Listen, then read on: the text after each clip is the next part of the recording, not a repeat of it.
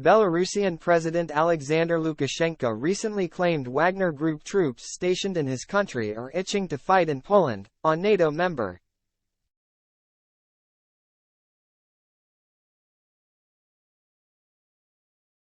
The recent threatening remarks made by Belarusian President Alexander Lukashenko about the Wagner Group may aim at creating opposition in the West to Ukraine joining NATO, a geopolitical analyst believes.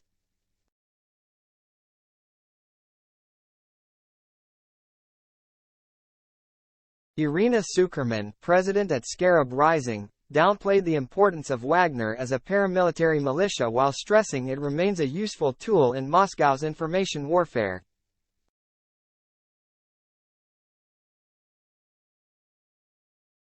Referring to Mr. Lukashenko's confession to Vladimir Putin, he is trying to prevent the Wagner mercenaries currently stationed in Belarus from attacking Poland, Ms. Sukerman told Express.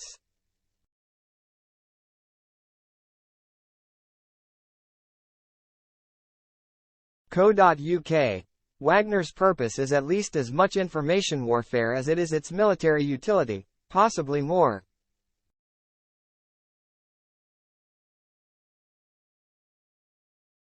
For that reason, Lukashenko's comments should be viewed more as propaganda than a real military threat.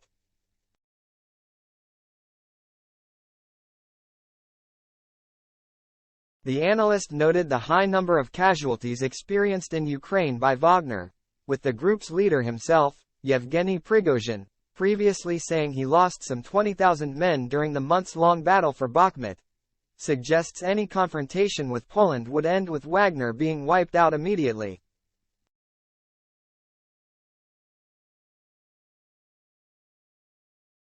Putin, who recently claimed without showing any evidence that Warsaw is seeking to annex Belarus and Russia would respond to a similar move using all means at our disposal, would also be unlikely prepared to spread his military resources on another front while it is facing the Ukrainian counter-offensive, the analyst said.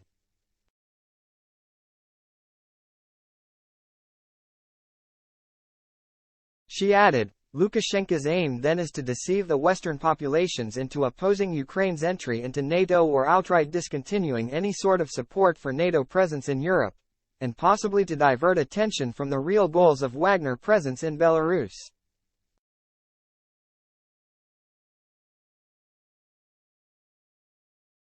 Ukraine has been pressing Western nations to set a timeframe for its accession to the military alliance, but NATO members have yet to commit to it.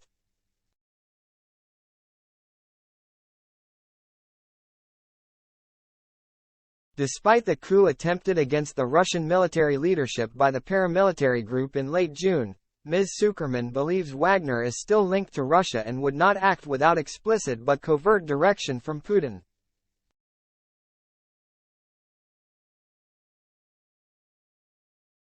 She said, much of Russia's information ops are about generating noise, creating opinion divisions, and causing speculation and obfuscation of real motives. The wilderness of mirrors in intelligence parlance.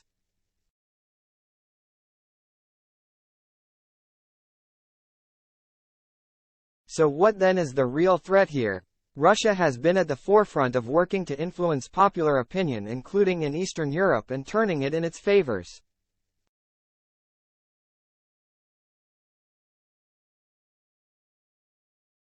Ms. Sukerman concluded the presence of Wagner troops in Belarus is unlikely to represent a conventional military threat to NATO.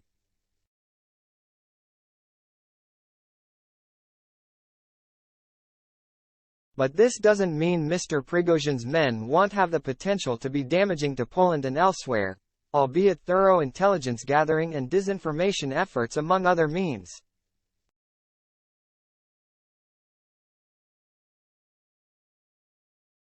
The Belarusian president, who is often addressed in Western media as Europe's last dictator, welcomed on his soil Wagner troops following the astonishing short-lived mutiny that took place between June 23 and 24.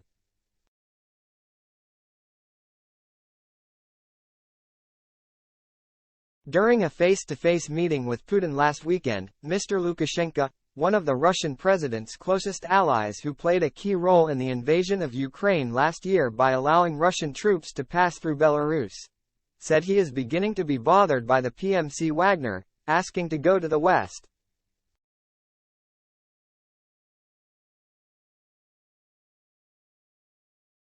He continued, I said, why do you want to go to the West there? And quietly, we're in control of what is happening. Well, go on a tour to Warsaw and Rzeszów.